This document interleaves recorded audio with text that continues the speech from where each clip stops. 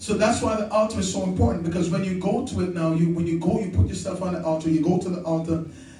There's different aspects of operating where the altar is concerned. Okay, so I'm just kind of giving a general breakdown of it here. Okay, sometimes you're putting yourself on the altar. Sometimes you're putting some other things, some other sacrifices going on the altar.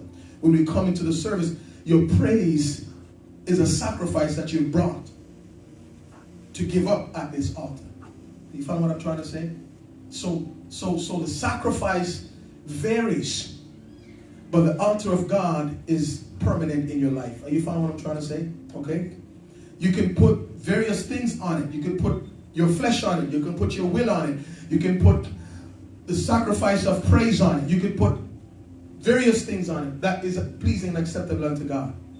And as we do that, as we operate from that place now, we are now giving up that which is of us in exchange for that which comes from God. I was saying this last week.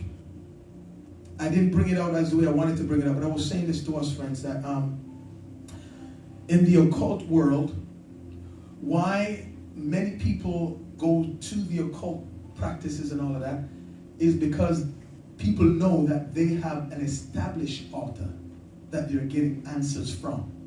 Are you following me on that? They have an established, meaning something that is this, they devote their life to that altar.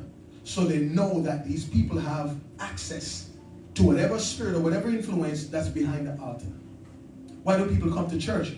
Because essentially church has access to God Almighty.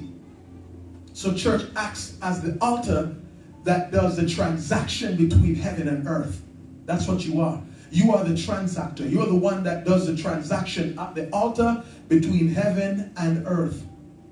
Jesus submitted himself to the altar, even the altar of prayer. He submitted himself to it. And that's why he was in Gethsemane.